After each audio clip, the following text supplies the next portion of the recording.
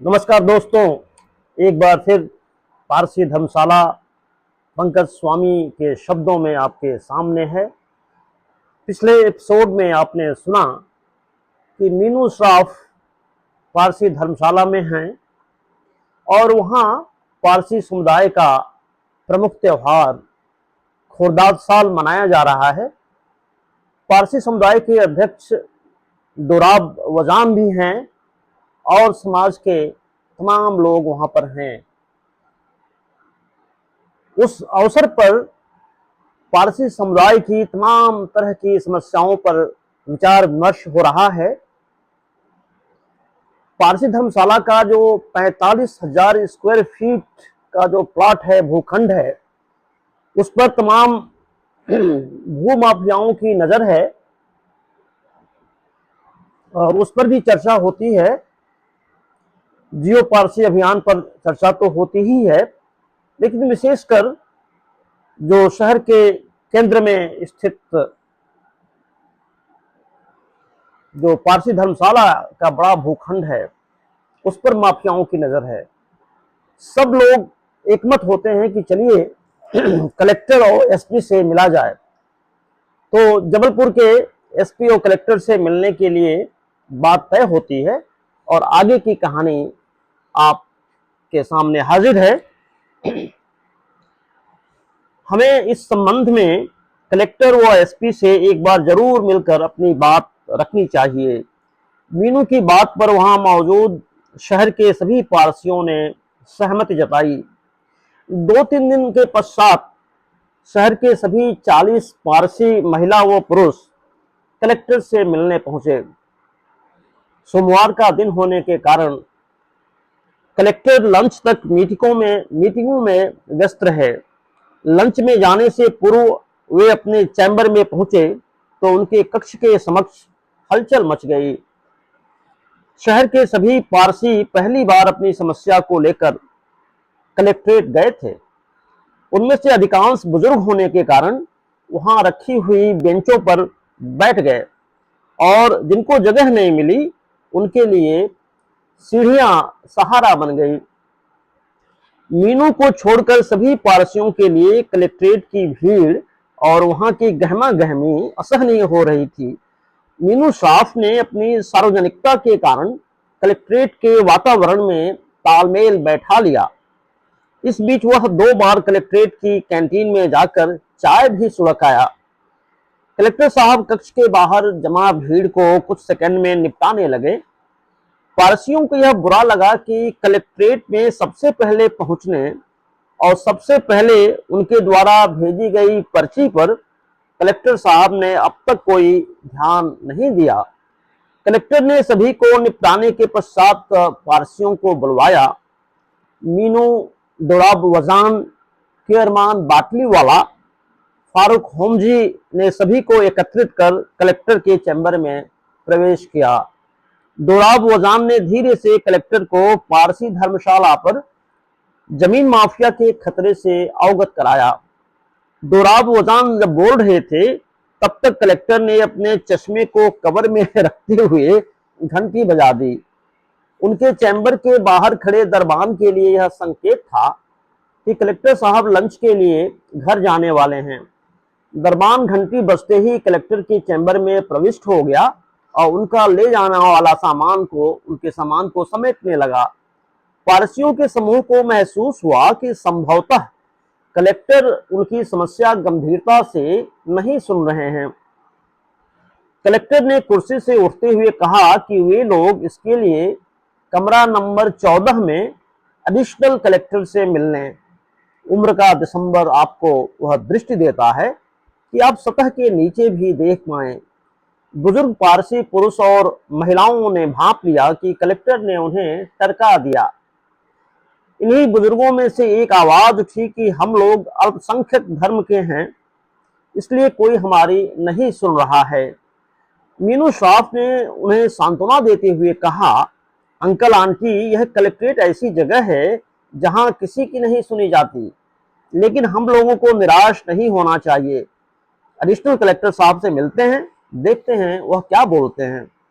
पारसियों का समूह additional collector से मिलने कमरा नंबर 14 में पहुंचा। कमरा नंबर 14 में पहुंचा एडिशनल कलेक्टर के कक्ष में। प्यून ने थोड़ा नानुकुर के बाद उन्हें कमरे में अंदर प्रविष्ट होने दिया। पारसियों ने देखा कि एडिशनल कलेक्टर की कुर्सी पर एक युवती बैठी हुई है। दोराब वजान ने महिला एडिशनल कलेक्टर को अपने समुदाय की समस्या की जानकारी देते हुए कहा कि शहर के लिए पारसी धर्मशाला का ऐतिहासिक महत्व है और जमीन माफिया से इसको बचाना बहुत जरूरी है। महिला एडिशनल कलेक्टर ने पारसी समूह से पूछा कि वर्तमान में धर्मशाला का केयरटेकर कौन है। दोराब वजान और केयरमान बाटलीवाला ने सायरा दारूवाला और मीनू श्राफ को सामने आने को कहकर दोनों का परिचय करवाते हुए कहा कि ये दोनों धर्मशाला की पूरी व्यवस्था संभाल रहे हैं।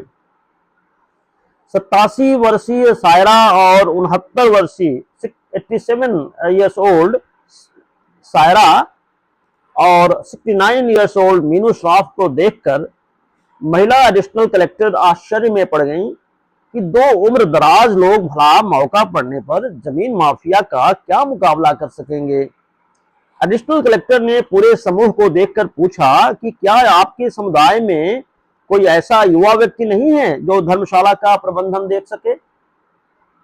महिला अधिकारी की बात सुनकर वहां मौजूद पारसी प्रतिनिधिमंडल कुछ क्षणों तक मौन रहा। किसी को कुछ सूझ नहीं रहा था कि वे क्या उत्तर दें। मीनू ने झिझकते हुए कहा कि वह स्वयं और सायरा उनके सभी साथी इतने सक्षम हैं कि वे किसी भी विपत्ति का सामना कर सकते हैं। मीनू की बात सुनकर महिला एडिशनल कलेक्टर सोच में पड़ गईं कि शहर में इनके समुदाय में कोई भी युवा नहीं है और ये सभी लोग इतने बुजुर्ग हैं कि अपना तो ख्याल रख नहीं सकते, धर्मशाला की जमीन माफिया से कैसे उसको बचाएंगे। महिला एडिशनल कलेक्टर ने पारसियों के प्रतिनिधिमंडल से पूछा कि पारसी धर्मशाला शहर के किस स्थान पर है। मीनू द्वारा दी गई जानकारी के आधार पर शहर के भूगोल से अनभिज्ञ एडिशनल कलेक्टर ने कहा कि वे कमरा नंबर 27 में एसडीएम से मिलने और अपनी समस्या से उन्हें अवगत करा दें। दिन के 3 बज चुके थे। प्रतिनिधिमंडल में शामिल बुजुर्ग पारसी पुरुष व महिला सरकारी तंत्र से हलाकान हो गए। उनकी हिम्मत जवाब देने लगी। पारसी समुदाय का नेतृत्व करने वाले दोराब वजान और केयरमान बाटलीवाला को महसूस होने लगा था कि उन सभी को अब घर वापस लौट जाना चाहिए, लेकिन मीनू की इच्छा के कारण उन लोगों को झुकना पड़ा।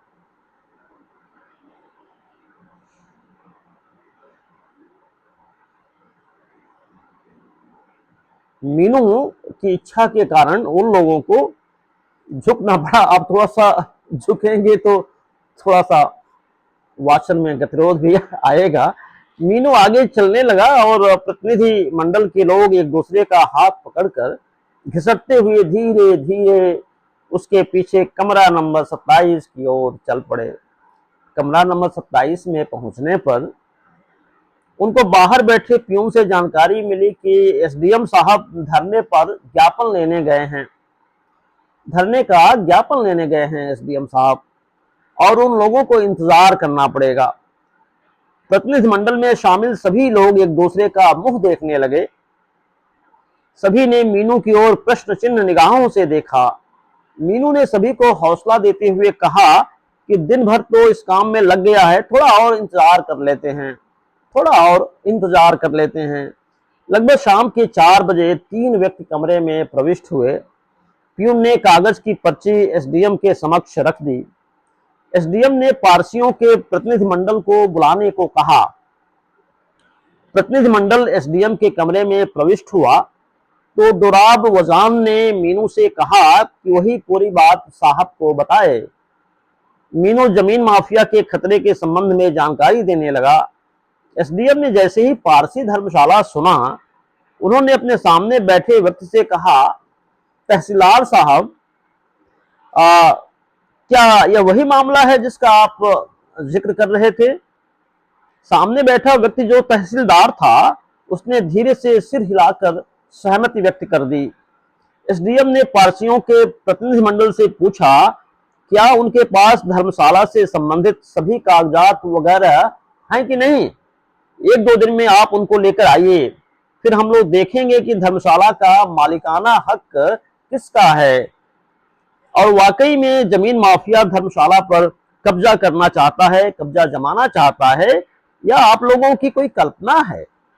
वैसे आप सभी लोग बूढ़े हो, बुढ़ापे में बैठे बैठे दिमाग में कई फितूर आते रहते हैं, और मुझे लगता है कि जमीन माफिया भी आप लोगों का फितूर है।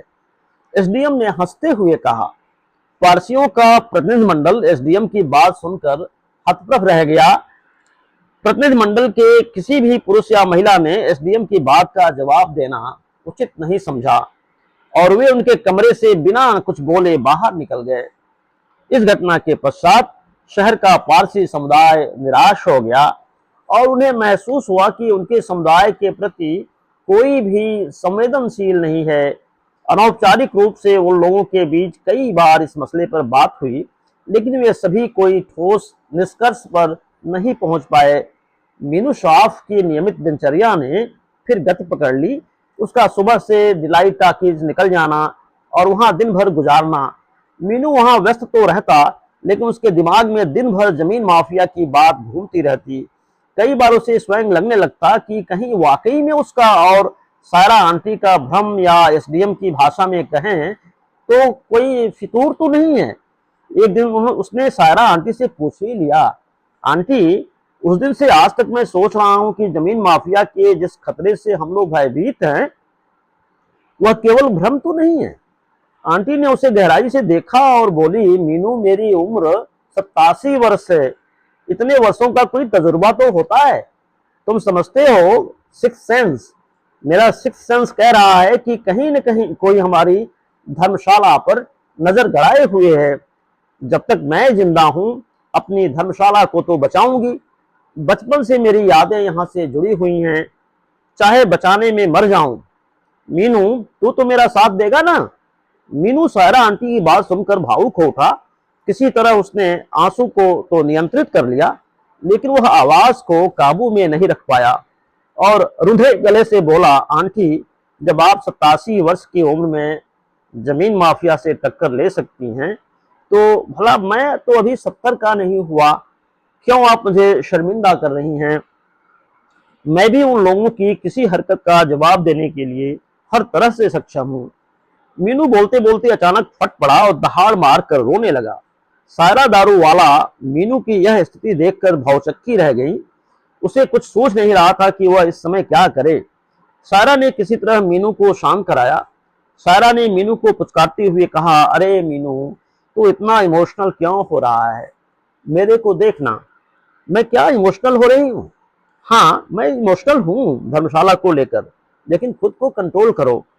सारा आंटी ने मीनू को पानी का गिलास देते हुए कहा कि मैं जानती हूँ कि तुम कई दिनों से घुट रहे थे और आज तुम्हारा उबाल फूट पड़ा। अच्छा ही है, भीतर कुछ भी नहीं रहना चाहिए। मीनू अब तक शांत हो चुका था। वह आंसू पोंछते हुए अपने कमरे में चला गया। दोस्तों, यह रहा पंकज स्वामी की कहानी, पारसी धर्मशाला का चौथा एपिसोड। साथियों, मैं आपसे ये कहना चाहता हूं कि पंकज स्वामी एक ऐसे कथाकार हैं जो अपनी कहानी पूरी सच्चाई के साथ बयां करते हैं। उनकी कहानियों में कल्पना के लिए विशेष जगह नहीं है। वे सीधी सीधी बात करते हैं और समस्या को सामने रखकर उस पर कुठाराघात करते हैं, और उसका समाधान क्या हो सकता है इस पर पाठकों की चेतना को जगाते हैं। तो एक और बात मैं कहना चाहूंगा साथियों, अभी जो छोटे छोटे समय अंतराल या कहने समय कालखंड के लिए जो वीडियोस बनाए जा रहे हैं 90 सेकेंड्स, 60 सेकेंड, 30 सेकेंड्स के लिए, इससे हमारा जो अटेंशन स्पैन है वो कम हो रहा है। और वैज्ञानिकों का कहना है कि इस प्रवृत्ति से मनुष्य का जो जैविक उसका संसार है, उसका जो बायोलॉजिकल जो सिस्टम है, वो बहुत ही नकारात्मक रूप से प्रभावित हो रहा है। तो आदमी, अब आज का आदमी ना ज़्यादा पढ़ना चाह रहा है, ना ज़्यादा सुनना चाह रहा है, इसलिए 90 सेकंड्स का कल्चर है। मैं थोड़ा-सा लंबा वीडियो बनाता हूँ कि हम चाहते हैं कि आपके स्वास्थ्य के साथ खिलवाड़ ना हो, आपका अटेंशन स्पैन थोड़ा-सा बढ़े।